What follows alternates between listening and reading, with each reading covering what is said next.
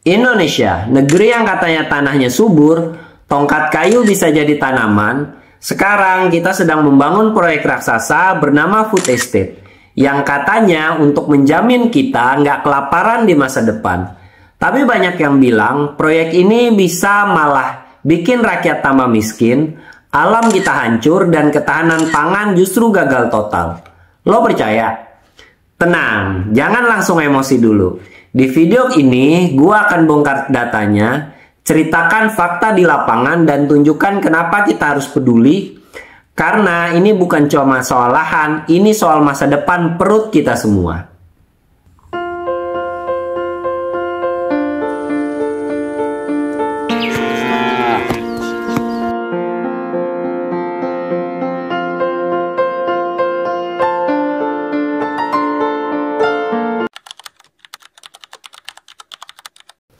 Food estate adalah proyek pemerintah skala besar untuk mencetak lahan pertanian pangan pokok kayak padi, jagung, kedelai, dan lain-lain ya di beberapa wilayah strategis. Proyek ini tuh sangat besar dan sangat ambisius sampai dikerjakan oleh lintas kementerian. Targetnya ketahanan pangan nasional, kurangi impor, dan persiapan menghadapi krisis global. Lokasi utamanya itu ada di Kalimantan Tengah, lahan PLG ya 1 juta hektar, juga di Sumatera Utara, Nusa Tenggara Timur, Papua, dan Merauke ya. Luas targetnya itu hingga 3 juta hektar tanpa buka arahan baru, itu klaimnya pemerintah. Anggarannya itu 105,9 triliun untuk 2025-2029. Latar belakang proyek ini itu adalah krisis pangan global, ketidakpastian geopolitik global, perang antar negara, perubahan iklim yang bikin ancaman suplai beras dan pangan lain kita. Indonesia tuh masih impor beras 4,4 juta ton di tahun 2024. Proyeksi populasi kita 2045 itu 318 juta jiwa. Jadi kebutuhan pangan kita tuh akan naik drastis. Pemerintah bilang kalau kita nggak mulai sekarang, nanti kita nggak bisa makan dari produksi sendiri. Lalu apa masalah di lapangan? Yang pertama itu lahan tidak cocok. Analisis spesial hanya 1% lahan XPLG yang benar-benar cocok tanam padi. Tanah gambut itu pH-nya asam, miskin nutrien, dan gampang rusak. Yang kedua, kerusakan lingkungan ya, deforestasi masif. Pembukaan lahan food estate di Kalimantan Tengah, Sumatera Utara, Nusa Tenggara Timur, Papua atau Merauke itu dikhawatirkan menambah angka deforestasi Indonesia. Potensi emisi karbon dari proyek di Merauke itu kurang lebih 315 juta ton CO2. Yang ketiga, dampak sosial alih fungsi paksa.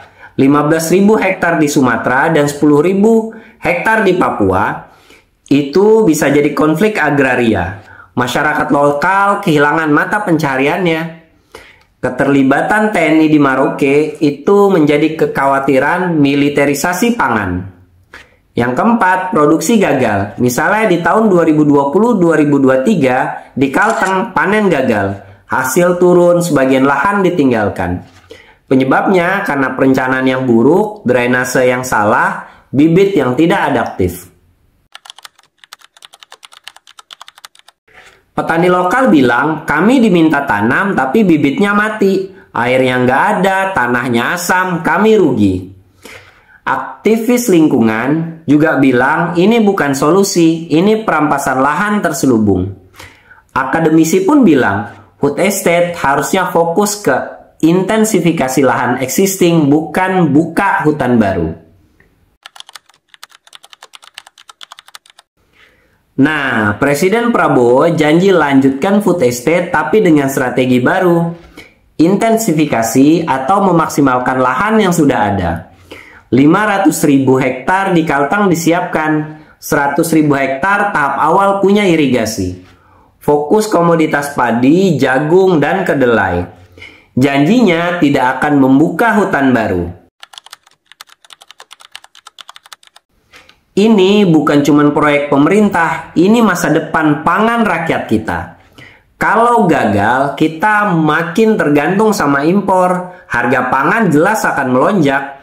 Kalau sukses, tapi tanpa kontrol ya, bisa merusak dan memperkaya segelintir pihak. Kuncinya, transparansi, partisipasi masyarakat, teknologi tepat guna, dan keberlanjutan. Proyek ini tuh sebaiknya libatkan petani muda dan sarjana pertanian. Gunakan lahan tidur dan perkotaan untuk urban farming. Perbaiki data lahan dan adaptasi varietas lokal. Beri ruang bagi masyarakat adat untuk tetap mengelola lahan sesuai kearifan lokal. Food estate bisa jadi tonggak kemandirian pangan kita, atau bisa jadi bom waktu yang meledakkan krisis baru. Semua tergantung kita, mau cuma diam atau ikut mengawasi.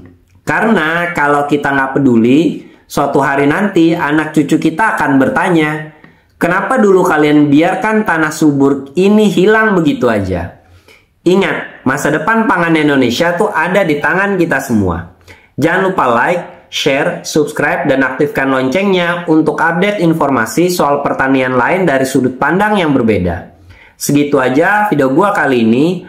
Kalau ada yang kurang silahkan komentar di kolom komentar di bawah, kita akan diskusikan. Semoga bermanfaat, sampai ketemu lagi di video selanjutnya. Gue Roni, yang percaya masa depan Indonesia ada di tanahnya. Jangan lupa like, komen, share, dan subscribe biar kita sama-sama tanam masa depan.